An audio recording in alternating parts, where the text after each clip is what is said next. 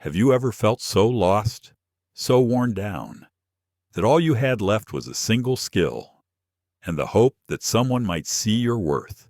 Clara Dawson arrived at Ironwood Ranch with nothing but a cast-iron skillet tied to her belt and a past she could not escape. Hungry, exhausted, and carrying scars she dared not explain.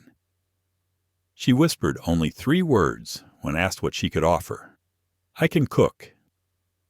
Imagine being that desperate. Would those words be enough to earn you a place? Would they be enough to keep you safe in a land where trust was hard and strangers carried secrets? Jonah Hale, the quiet cowboy who found her, had a choice: turn away a woman with no past he could trust, or take a chance on her fragile courage. And Clara, with every meal she laid on the table, had to choose too whether to keep running or to finally belong. What would you have done in her boots? This is a story of second chances, quiet kindness, and love born in the harsh winds of Montana. Stay with us, and if this tale already stirs something in your heart, please like, share, and subscribe. Let's begin. Sometimes the most broken souls end up bringing the most light to others. Clara Dawson had no way of knowing that when she staggered across the Montana plains toward Ironwood Ranch, all she knew was that her legs ached, her body trembled with hunger, and she had run out of places to go. The late afternoon sun stretched low across the horizon, turning the wide land into a canvas of gold and shadow. Dust rose in small puffs beneath her boots as she forced herself forward, one weary step after another. Her dress was threadbare, the hem torn from long miles of walking. Dirt streaked her cheeks, and her lips were cracked from thirst. She carried nothing but a heavy cast-iron skillet tied to her belt, a battered old thing that had once belonged to her mother. It was the only possession she'd managed to hold on to through all the leaving, all the losing.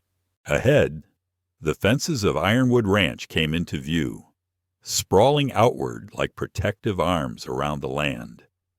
Clara's knees shook, but she willed herself not to collapse. She had no other sanctuary. Jonah Hale was bent over a section of broken fence when he spotted her in the distance. At first, he thought the heat was playing tricks on his eyes. Travelers didn't usually come wandering across this stretch of land without a horse, and certainly not women alone. He wiped his brow with his sleeve and squinted again. She swayed, catching herself against one of the posts. That was enough for Jonah. He dropped his hammer and strode toward her. When he reached her, the reality of her condition hit him like a blow. Her eyes were hollow, her face pale, and she looked about ready to topple over. She didn't speak, only stared at him like a wild creature that might bolt at any sudden move. "You lost?" Jonah asked gently. She shook her head. "You need help?" There was a pause. At last she gave a small nod. Jonah studied her closely. He didn't know who she was or where she had come from. He didn't know why a woman would be drifting alone across this stretch of Montana, but he recognized hunger when he saw it. "What's your name?" he asked. Her voice rasped when she swallowed. "Clara." "You got a trade?" "Clara." Her hand drifted down to the skillet at her side, fingers curling around the worn handle. She lifted her chin just slightly and said the only thing she had to offer: "I can cook." That was it. No long explanation. No pleading. Just 3 simple words. Jonah didn't ask for more. He gave a short nod. "That's all I need." He led her toward the ranch house, where the faint, bitter smell of overcooked coffee and burned beans drifted from the kitchen. Inside, the place looked like chaos itself. Pots stacked on the counter, flour scattered across the table, a skillet blackened from too many failures left on the stove. The last cook had left weeks ago, and the men of the ranch had been surviving on little more than tough meat, scorched bread, and sour tempers. Clara took it all in with a sharp, practiced glance. Then, without asking for permission, she rolled up her sleeves. Jonah leaned against the doorframe, arms folded, watching her. She didn't speak or demand anything. She simply began working, organizing, mixing, moving with the quiet efficiency of someone who knew her way around a kitchen. By sundown, the ranch hands were drawn in by smells they hadn't known in months. Yeast bread, golden and fragrant. A rich stew simmered to perfection, its aroma filling every corner. Something sweet baked in the oven, teasing them with the promise of sugar and spice. They sat down at the long wooden table, silent at first, too hungry to speak and too surprised to complain. Jonah took his place at the head, watching Clara out of the corner of his eye. She remained in the corner, arms folded, her posture stiff as if uncertain she belonged at all. But the food told its own story. For the first time in a long while, the men ate like they were home. And maybe, Jonah thought, maybe that was enough for now. The next morning Clara was up before the sun. The kitchen lay quiet and dark, but she moved through it with ease, stoking the fire, kneading dough, slicing potatoes with steady hands. By the time the first ranch hand stumbled in, rubbing the sleep from his eyes, the air was heavy with the smell of bacon and biscuits. Slim Harper, a lanky cowboy with drooping eyes, stopped short in the doorway. He blinked like a man seeing a dream. "Well, I'll be," he muttered. Clara didn't look up. She slid a plate of food across the table. Slim sat down, still half asleep, and took a bite. His eyes widened instantly. "Ma'am," he said, nearly choking on the biscuit in his excitement, "this is mighty fine." One by one, the rest of the ranch hands shuffled in. Buck Tanner, the broad-shouldered foreman known for his stern silence, took a forkful of eggs and gave a grunt that might have been approval. Young Charlie, the newest hand, devoured 3 helpings in quick succession before leaning back with a sigh. "Haven't eaten food like this since my mama's kitchen," he admitted. Jonah was the last to appear, hat pulled low over his brow. He didn't say much, just tipped his head toward Clara in silent acknowledgement and sat down.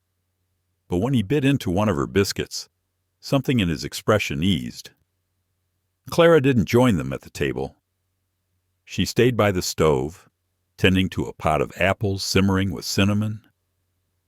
The men's laughter filled the room, loud and rough, but she kept her back to them as if unsure she was welcome. Jonah noticed. He also noticed the way her shoulders stiffened whenever someone moved too quickly, the way her eyes flicked to the door like she was always ready to run. He didn't press. Instead, when the meal wound down, he said simply, "Clara, you outdid yourself." She glanced at him for only a heartbeat, then looked away. But he caught the small shift in her posture, the almost imperceptible loosening of tension. By noon, word had already begun to spread. The ranch hands, who had spent weeks grumbling about the lack of a cook, now bragged to anyone within earshot. Best food in Montana. Buck Tanner declared at the general store, never tasted anything like it.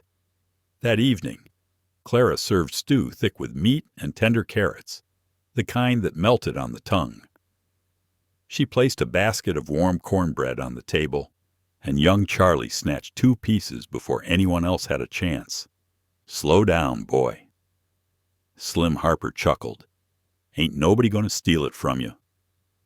Charlie grinned, cheeks stuffed, and replied, "Ain't no chances I'm taking." For the first time. Clara nearly smiled. Jonah caught it, the faintest curve at the corner of her mouth before she turned away. It was the first sign of happiness he had seen in her. Maybe, just maybe, She was beginning to feel like she belonged. That night, long after the men had gone to bed, the kitchen was quiet but not empty. Clara stood at the sink, sleeves rolled, scrubbing the last of the dishes. Her hands were red from the hot water, but she didn't stop. Work kept her thoughts at bay, and for now, that was enough. Jonah Hale stepped into the kitchen with an empty cup, set it on the counter, and watched Clara work at the sink. He told her she did not have to tackle every chore by herself, that the boys could take a turn at scrubbing pans and wiping tables. Clara kept her eyes on the plates beneath the suds and said she did not mind. He asked if she would ever sit down and take a meal with the rest of them. She said she ate when the work was done.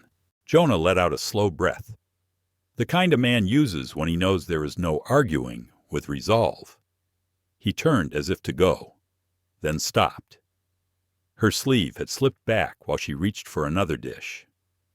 A pale seam of old hurt crossed her wrist and climbed toward her elbow, ridged like a riverbank after floodwater.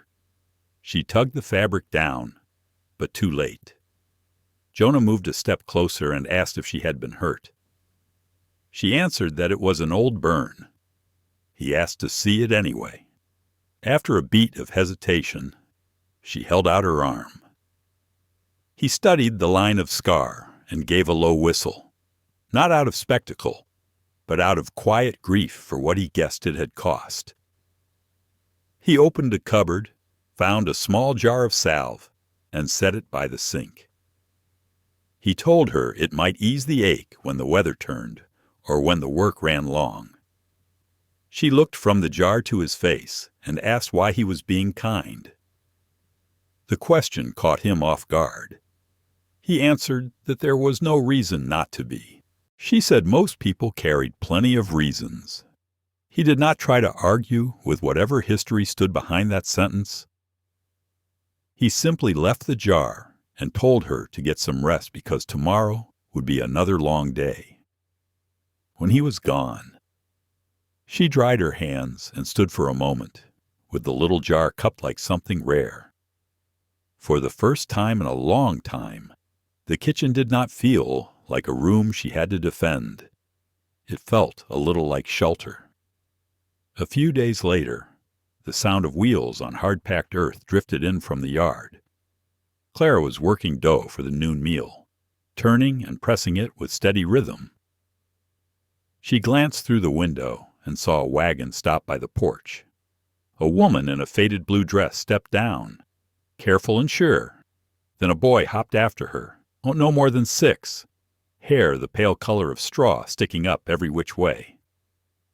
Jonah met them before the door. He greeted the woman as Mrs. Whitlow and tipped his hat to the boy. Henry, the widow, carried a basket and said she had eggs to spare if the ranch needed them. Henry peered around his mother and spotted Clara at the window. Most folks looked away when they caught Clara watching. Henry did not. He grinned, with a gap where a front tooth was missing, and the grin made something small and surprised move in Clara's chest. They came inside a minute later. Jonah made the introductions and said the Whitlows kept a small place down by the creek. Mrs. Whitlow set the basket on the table and said Henry had been pestering her to come see the ranch horses, if it was no trouble. Jonah said young Charlie could show him the barn once he had mind for it. Henry did not bolt for the door, though. He was looking at the dough on the board, the mound shaped by Clara's hands into neat rounds. He announced that his mama let him help knead bread sometimes. The widow flushed and told him not to bother the lady. Clara surprised herself by answering that he was not a bother. She tore a small piece of dough and held it out, asked if he wanted to try. Henry scrambled onto a stool with the kind of energy only a child can muster and copied what she did. Clara slowed her motions to show him how to push the heel of a hand, fold, turn, and press again. Flour dusted his elbows, his nose, even his eyelashes. Mrs. Whitlow's face softened. She said Clara was good with children. Clara's hand stilled for a heartbeat, then took up the rhythm again. She said she had practice once, and left the rest unsaid. Jonah leaned in the doorframe and watched the scene take shape. He noticed Clara did not flinch when Henry chattered about horses and frogs and the new pup at the general store. He noticed the patience in her, the careful way she guided small fingers, the way her voice warmed without trying to. When the rolls were ready for the oven, Henry had flour to his elbows and a smile big enough to carry him clear to the barn. "Look, Mama, I made bread," he said, and Mrs. Whitlow laughed, a bright sound that seemed to add light to the room. She touched Clara's arm and thanked her for indulging him. Clara only nodded, but when mother and son walked out to see the horses, she stood still and listened to the echo of their footsteps, as if footsteps could leave warmth behind. After the wagon rolled away and the kitchen settled, Jonah lingered. He said Henry had taken a liking to her. Clara wiped flour from the table in slow strokes and answered that children were easy to please. "Not all of them," Jonah said quietly, his eyes on the drying rack where pans caught the afternoon sun. Before she could ask what he meant, he tipped his hat and left her to the bread and the hush. When she looked down, she saw Henry's small handprints ghosted in flour across the table. She brushed them away gently, the way a person might smooth a page before closing a book. The touch stirred another memory, one she kept folded and hidden like a letter. Late the next morning, a rider appeared on the road, his bay mare moving with a city polish that did not belong to the dust and scrub of this stretch of Montana. Clara saw him first from the kitchen window. The man wore a trim suit and clean gloves. Even his hat looked new, the brim too sharp for wind and weather. Something in the fine lines of his clothes made her hands freeze around the bowl she was holding. "In the yard." Jonah met the stranger with the same steady courtesy he gave anyone who turned up at Ironwood Ranch. The wind carried their voices toward the open window. The man said he was searching for a woman who had run off from a good position back in Virginia. He said she had taken something valuable from her employer. Clara's fingers tightened on the bowl and it nearly slipped. Jonah crossed his arms where he stood, not rude, only firm. He said strangers were few in these parts, and he asked what the woman looked like. The rider gave a list that felt like a hand closing around a throat. Brown hair, plain face, quiet manner. The man added that she had a way of avoiding a direct look and that there was a scar on the right arm. Clara's breath came too fast. Without thinking, her left hand rose and covered the old burn on her right wrist, that pale ridge that had marked her since the day a stove door slipped in a hot kitchen far from these mountains. Ashford Estate. The words flashed through her mind like a brand. That was where she had worked when everything went wrong. The memory of polished floors, measured voices, and a house run like a clock struck the back of her teeth. Jonah's voice stayed calm, the kind of calm that settles a skittish horse. He said he could not say he had seen a woman like that. He asked what the thief had taken. The stranger hesitated, then said it had been a family heirloom, a silver locket. The answer rang false, a note out of tune. The man did not look like someone sick with the loss of a keepsake. He looked like someone who expected to be obeyed. Clara's fingers drifted to the pocket of her apron. Beneath the fabric lay a single folded paper, edges softened by handling. It carried a name written in a shaky hand, the name that belonged to the small life she had once held and lost. The paper was the only thing she had taken when she walked away from that grand Virginia house. Not the brass candlesticks, not the silver on the sideboard, not even the locket the master kept locked in a velvet case.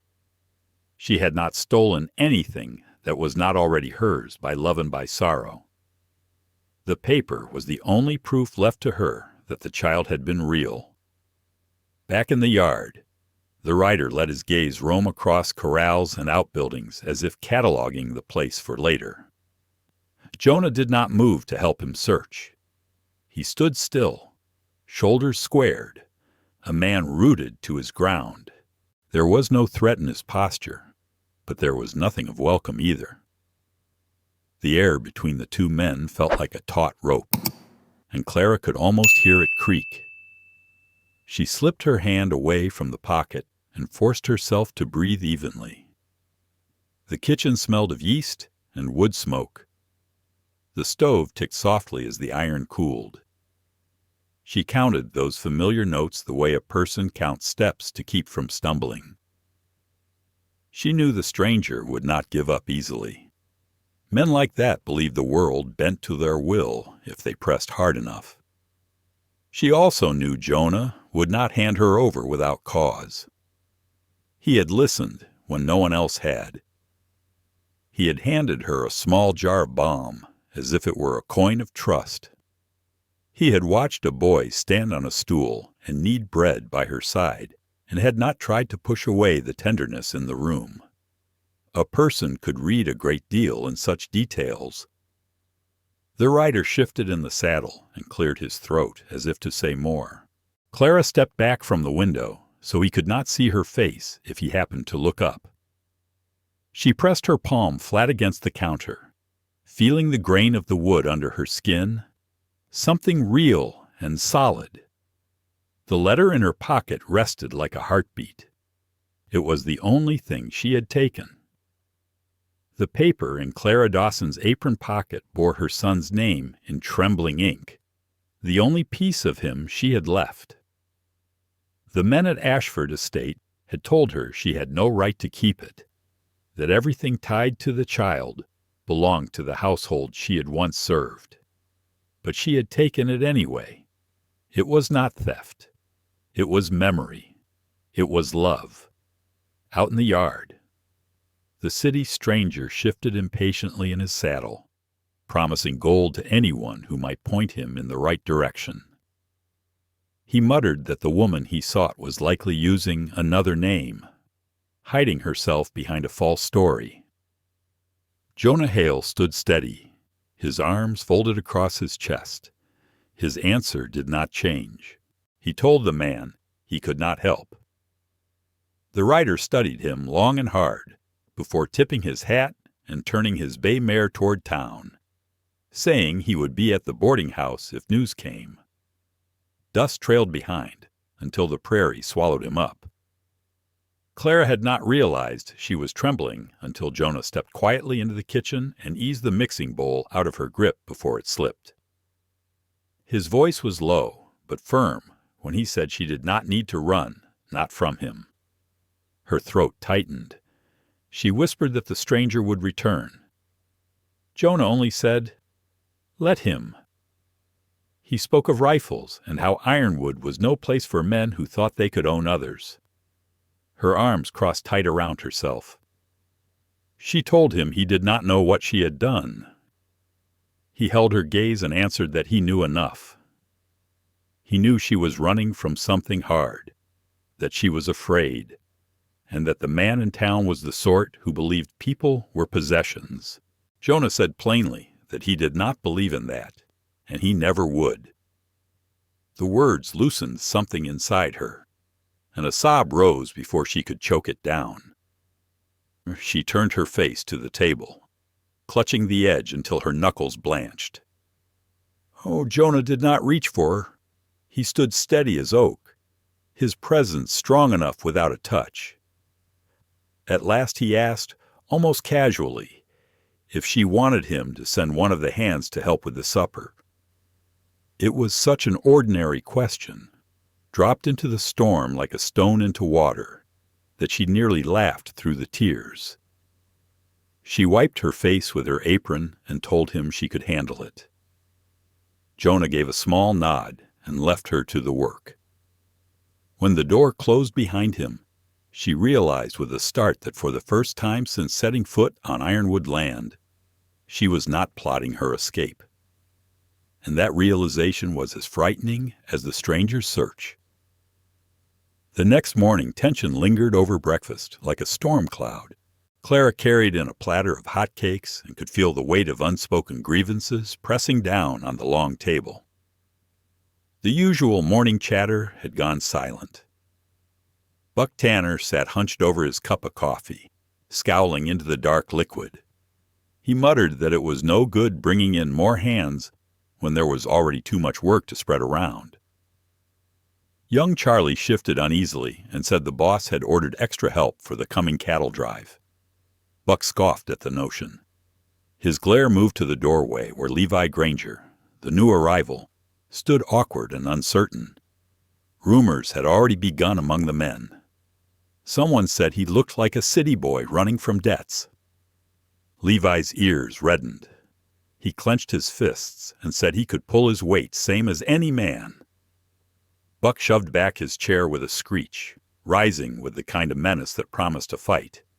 Before tempers could spill over, the kitchen filled with the smell of roasted chicken and thyme. Clara had pulled from the oven a golden-crusted pot pie, steam curling from the flaky top. She set it on the sideboard with a quiet thump, the aroma cutting through anger like rain on a grass fire. Heads turned. No one spoke for a long moment. It was young Charlie who broke the silence, his voice still thin from youth. "Is that pot pie for breakfast?" Clara did not look up, only began slicing generous portions. She said men worked better with full bellies. The first steaming plate she set down in front of Buck Tanner. He stared at it, shoulders slumping as though the weight of his rage had drained away. Slowly, he sat back down. She moved down the line, serving each man with equal care, saving a portion for Levi last.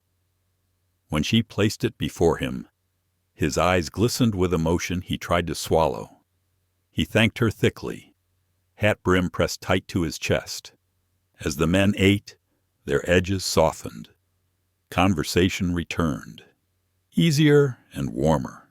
Even Buck Tanner reached for a second helping without his usual grumble.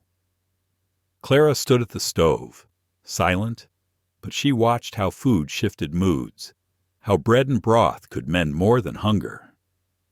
When Jonah stepped inside and saw the peace that had settled, his brows lifted in surprise. He caught Clara's gaze and offered the smallest nod, an acknowledgement that spoke louder than words. Later, as she scrubbed the baking dish, Levi came to her side, hat in hand. He said he wanted to thank her for what she had done, that it had been mighty kind. Clara dried her hands on her apron and answered softly, "We all come from somewhere." The words lingered, heavier than they sounded. Levi swallowed, touched his brim, and walked away. From the doorway, Jonah had watched the exchange.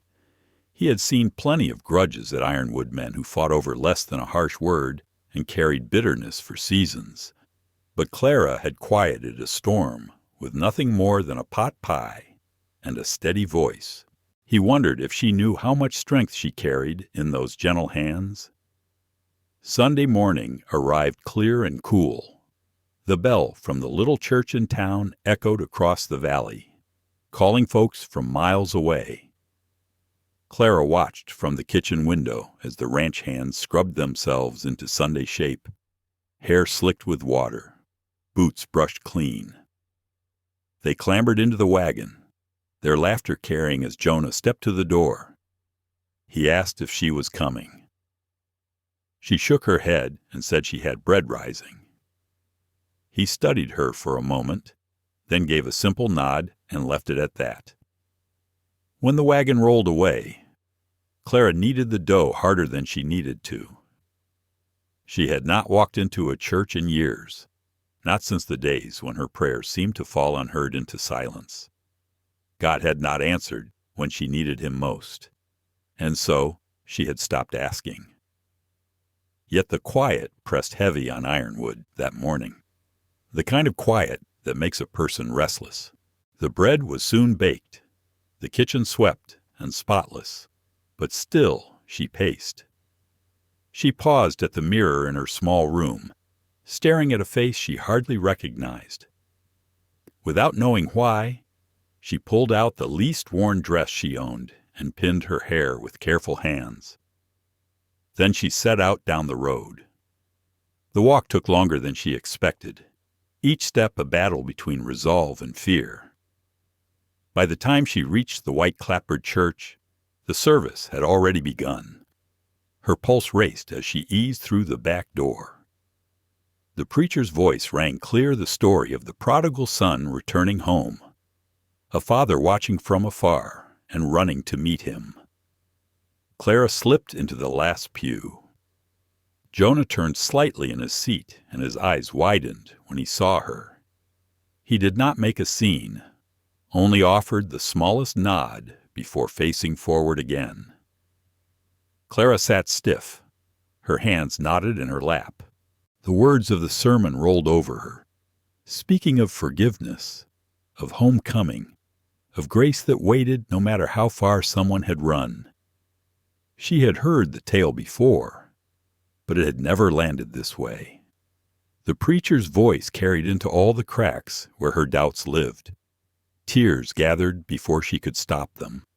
She brushed at her cheeks quickly, but more followed, the weight of years spent running, hiding, and punishing herself pressed so heavy she could scarcely breathe. She stayed through the closing hymn, her voice caught silent in her throat. When the last notes faded, she slipped out before anyone could reach her. Outside. She braced herself against the trunk of a birch tree, drawing deep breaths of crisp autumn air. Her hands shook as though the earth itself had shifted beneath her. Then Jonah's quiet voice reached her. "You came." She startled and turned. He stood a respectful distance away, hat in hand, his expression as steady as ever. Clara wiped at her face and said she should not have come. "Why not?" he asked. She gestured toward the church, to the people gathered on the steps, their laughter rising like smoke. "I do not belong there." Jonah followed her gaze, then said softly, "Seems to me the story today said otherwise." Her voice cracked as she whispered that maybe the father still waited for her. Jonah did not offer polished words or promises. He simply said, "He never stopped." The breeze stirred fallen leaves across their boots. Somewhere a child's laughter rang clear. Clara trembled, but this time it was not fear that shook her. It was something closer to hope. On the walk back to Ironwood, Jonah did not press her to speak. They moved side by side in silence, the kind of silence that is comfortable rather than heavy. The sun slid lower in the sky, warm on their backs. When they reached the ranch gate, Clara paused, the weight of words caught on her tongue. All she managed was a soft thank you. Jonah tipped his hat and said, "Any time, Clara, any time." And she knew, somehow. He was not just talking about the walk home. Clara had heard the parable of the prodigal son before, but it had never landed the way it did that Sunday morning. The preacher's voice carried into every corner of the church, ringing with certainty. No matter how far you have run, no matter what you have done, the Father waits with open arms. The words sank deep, rattling old fears loose inside her. A single tear escaped down her cheek. She brushed it away quickly, embarrassed, but more followed. The weight of years spent fleeing and hiding pressed on her chest until she could scarcely breathe. When the last hymn ended, Clara rose before anyone could greet her.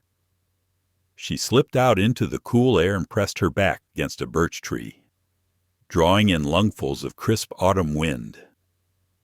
Behind her, voices rose in laughter as families gathered on the steps. She tried to steady herself, tried to quiet the quaking in her knees. "You came!" Jonah's voice startled her. He stood a respectful distance away, hat in hand. His tone was quiet, not demanding, not even questioning, simply noticing. Clara swiped the wetness from her face and muttered that she should not have come. "Why not?" he asked.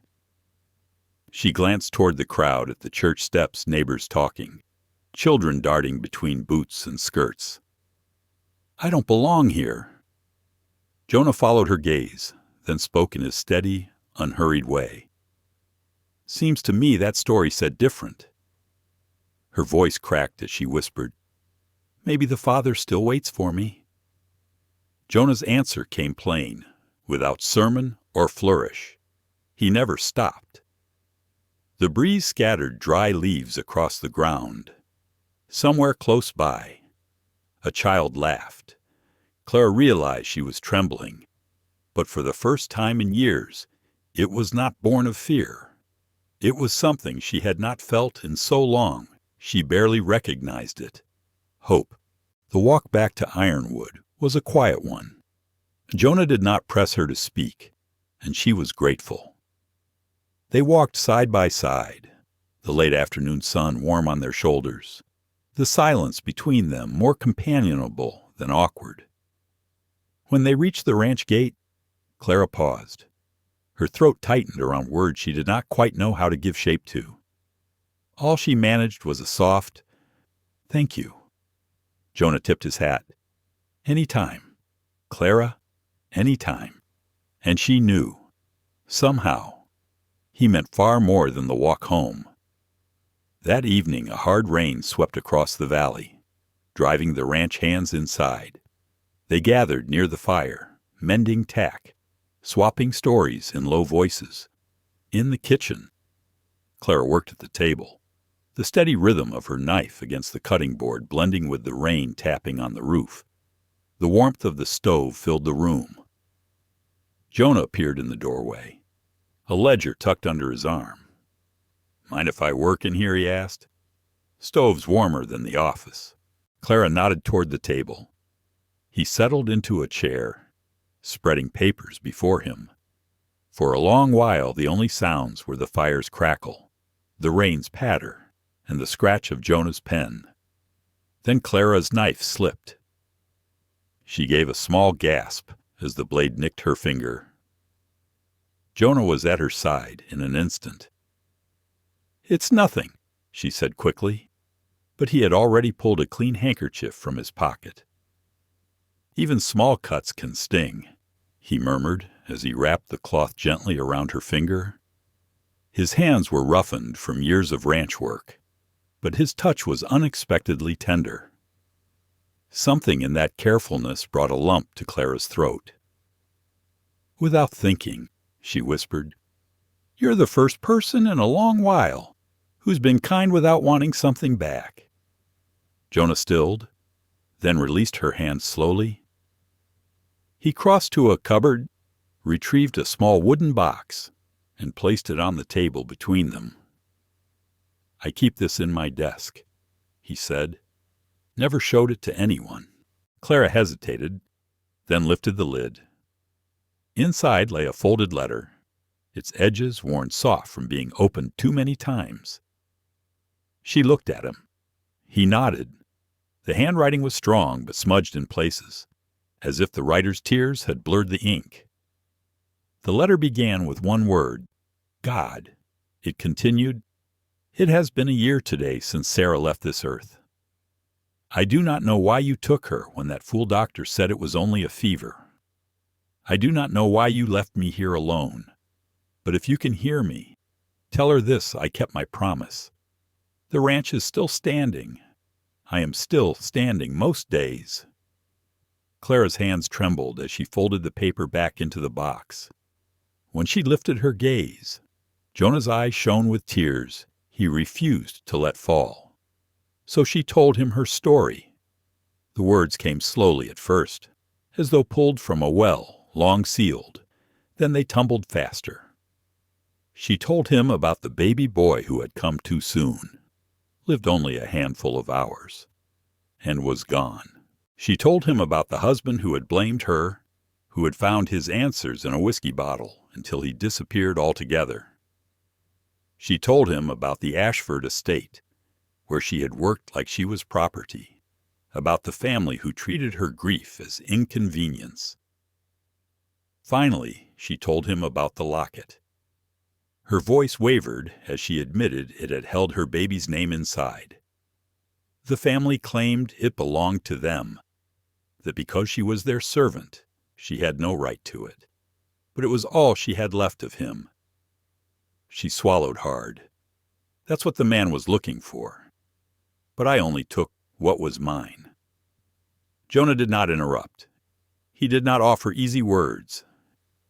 When her voice broke at last, he simply reached across the table and covered her hand with his.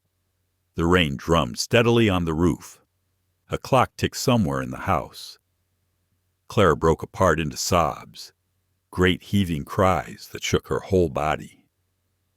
Jonah did not draw back. He stayed beside her, his hand steady on hers until the storm of grief passed. When she could breathe again, he spoke softly. "We've both been living with ghosts, haven't we?" Clara looked at their joined hands, then at the letter resting in the box. Yes, she thought, two broken souls carrying their own losses. But here, in this moment, they were not alone in the weight anymore. Days later, the valley buzzed with anticipation for the harvest meal. Word had spread for weeks. Neighbors from miles around loaded wagons with food and came to Ironwood's big barn. The air was sharp with the scent of autumn earth and wood smoke. Children darted between the benches set up in rows, their laughter ringing through the rafters. Clara had been cooking for days in preparation pies cooling on every shelf, bread lined up in neat rows, roasts sizzling, vegetables from the garden glazed with honey. She stood near the kitchen door, watching as neighbors filled their plates and laughter filled the air. For once, she allowed herself to stand still and witness the fruit of her labor. "Mrs." Whitlow appeared with Henry at her side. The boy beamed as he held up a crooked little cake. "I made it myself," he declared. Clara bent low to inspect it and smiled gently. "That's fine baking." Henry. "Mrs." Whitlow touched Clara's arm. "He hasn't stopped talking about you since you showed him how to knead dough. You've been a real blessing to him." Her eyes said more than her words. Henry had needed kindness since his father's death, and Clara had given it without even realizing. Oh, before Clara could answer, a commotion stirred at the barn doors. Children shrieked with excitement, tugging at young Charlie's sleeve, begging him for a horseback ride. The young cowboy looked trapped, his eyes wide as a corralled calf. Clara stepped forward with a tray of molasses cookies. "Anyone who wants a ride," she announced, "has to eat a cookie first." The children forgot their pleas and descended on the cookies with glee. Young Charlie let out a relieved laugh. "You always seem to know what folks need before they do," he said under his breath. Clara only shrugged. The warmth spread in her chest at his words. As the day wore on, the barn filled with music, chatter, and the clatter of plates. Old neighbors reconnected. Children raced across the packed dirt floor.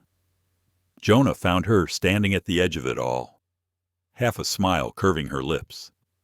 He stepped beside her and spoke softly. "Notice something." Clara followed his gaze. She saw Mrs. Whitlow laughing with Buck Tanner near the punch bowl. Levi Granger arm wrestling a neighboring rancher while men shouted encouragement. Even the gruffest hands were smiling. Everyone's, she struggled to find the word, together, Jonah finished, like a real community. And it started in your kitchen. Clara shook her head. "I just cooked some food." Jonah turned fully toward her. His voice softened. "Clara, Look around. That little girl feeding crumbs to the barn cat, her mama told me she hadn't spoken since her brother died. She said the first words she uttered were after tasting your gingerbread. And the Caldwells, over there. They haven't left their farm in years. They came tonight because they heard about your cooking. Clara's face flushed. That's not me. That's just people being people. Jonah's eyes stayed steady. That's what I'm saying. You brought them together without even trying. You aren't just our cook. Clara, you're our heart. The words fell over her like sunlight after rain. For the first time in her wandering, she was not just passing through, she belonged. And when Henry came running to drag her into the barn dance, she let herself go, letting music and laughter sweep her along. Across the room, Jonah watched her smile, truly smile, and he knew Ironwood Ranch would never be the same again. The barn was alive with the energy of harvest celebration.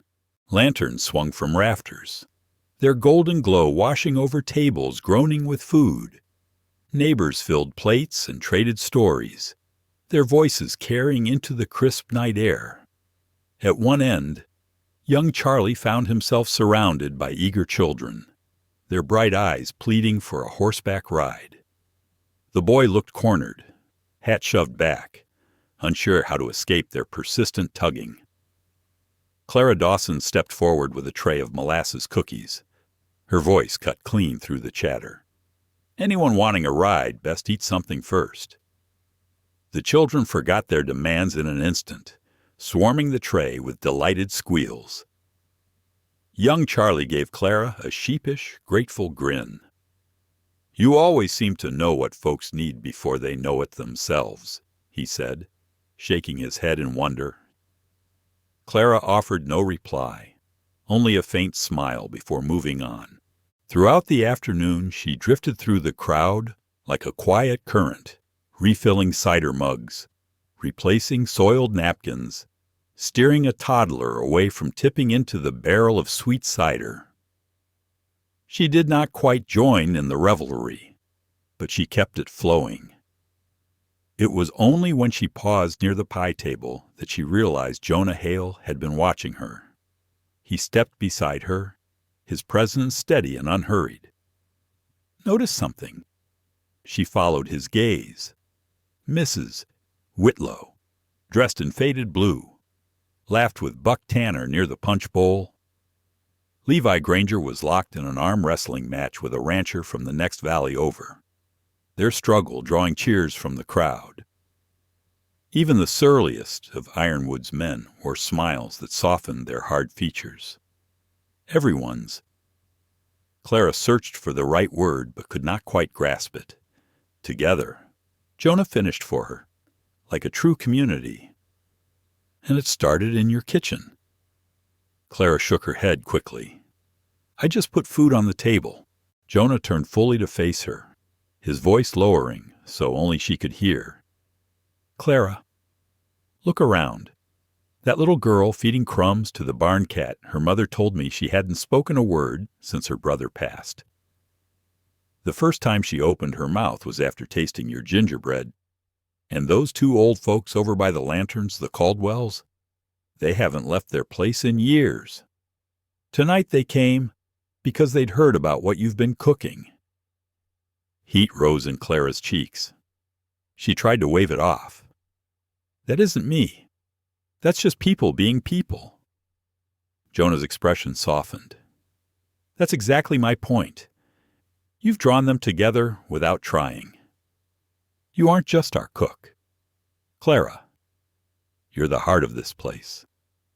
The words wrapped around her like sunlight breaking through clouds. For the first time in her long wandering, she felt rooted, not drifting, not merely surviving, belonging. Home. When young Henry Whitlow dashed toward her, breathless with excitement, and tugged her hand to join the barn dance, she did not resist. Laughter carried her forward.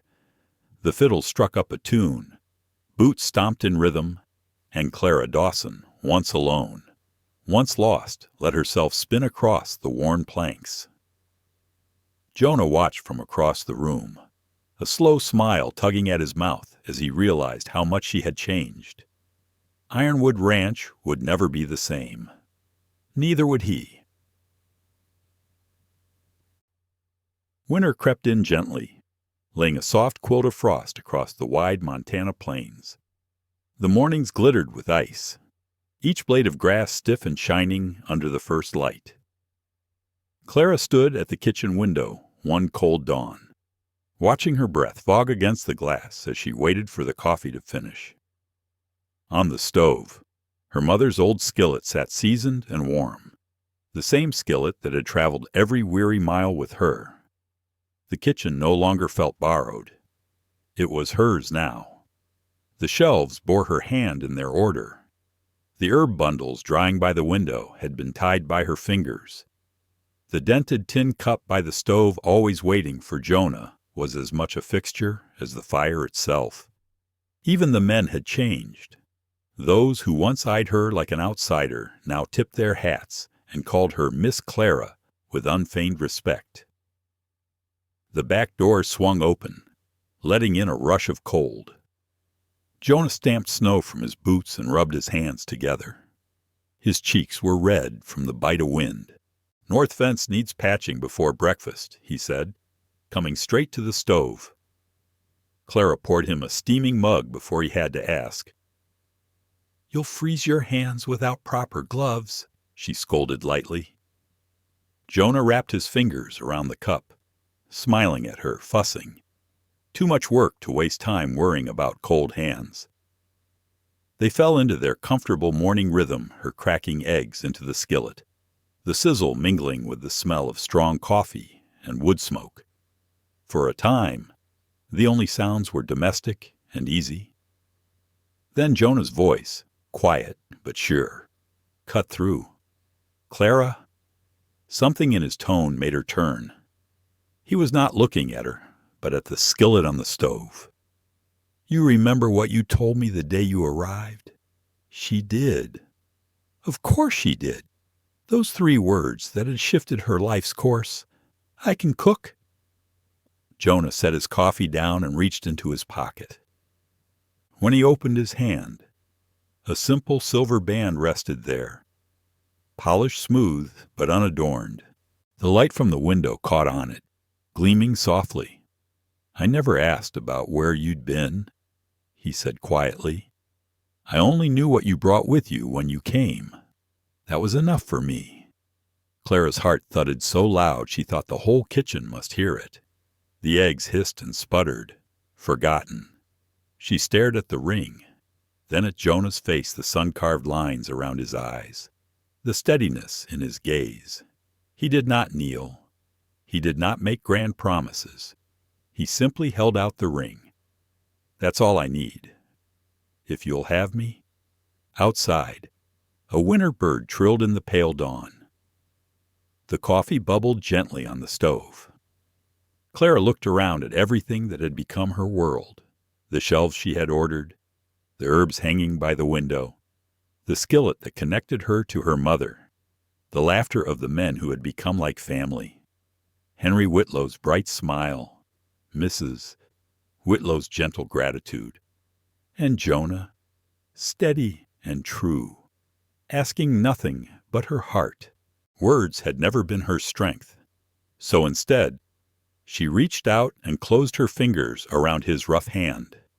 That was her answer, and that was all Jonah needed. Spring came, soft and green, carrying with it the wedding Clara had never dared imagine. The celebration was simple, just as they both wished. The ranch hands scrubbed up in their best shirts. Henry Whitlow, chest puffed with pride, carried the rings on a little pillow. Mrs. Whitlow wept openly into her handkerchief. Clara wore a dress dyed the shade of sagebrush. Its plainness suited to her spirit. Jonah's hands trembled as he slid the silver band onto her finger. His voice nearly caught, but he finished the vow with quiet certainty. When the preacher pronounced them man and wife, the barn erupted in cheers. Afterward, neighbors from across the valley gathered beneath the lanterns. Fiddlers played, boots stomped, laughter rose. Platters of food stretched down long tables, roasted meats, fresh bread, Clara's pies stacked in neat rows. Even Buck Tanner, usually tight-lipped, laughed so hard he had to loosen his belt as the sun slid behind the mountains. Clara and Jonah stood together on the porch, side by side, watching lantern light glow across the yard. Friends and neighbors mingled. Children danced, and Henry taught an off-kilter waltz while Mrs. Whitlow clapped along, her face alight with joy. Jonah's hand found Clara's, fingers twining with hers. He gave her hand a squeeze. She leaned into his side, the smell of wood smoke and lilacs in the evening air. For the first time in years, Clara felt entirely at peace. She thought of the kitchen waiting for her, the garden they would plant come morning, the life they were beginning together. She did not need to speak. She only smiled, and Jonah understood. For him, that was enough. Clara and Jonah's story reminds us that even the simplest gifts can heal deep wounds. Clara did not arrive with wealth, beauty, or status, only the ability to cook, and a quiet strength forged through pain. Yet that small gift was enough to turn strangers into family, suspicion into trust, and loneliness into love. For those of us who have lived long enough to carry scars seen and unseen, it is easy to believe our best days are behind us. But Clara's journey tells us otherwise. No matter how old we are, no matter what mistakes we carry, or how heavy our grief, we still hold something of value, a skill, a kindness, a willingness to show up and do the work of caring. And just like Jonah discovered, love often comes not from grand gestures, but from small, steady choices, the cup of coffee shared, the simple meal prepared, the hand extended in silence. These are the moments that bind us together, even when the world feels fractured. So if you ever wonder whether it is too late to start again, remember Clara. Remember Jonah. It is never too late to find home, and never too late to love.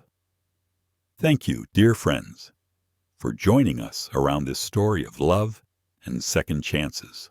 If Clara and Jonah's journey touched your heart, please like, share, and subscribe to our channel. Your support helps us keep bringing these frontier tales to life. Until next time, may your days be warmed by kindness, and your evenings by the comfort of stories well told.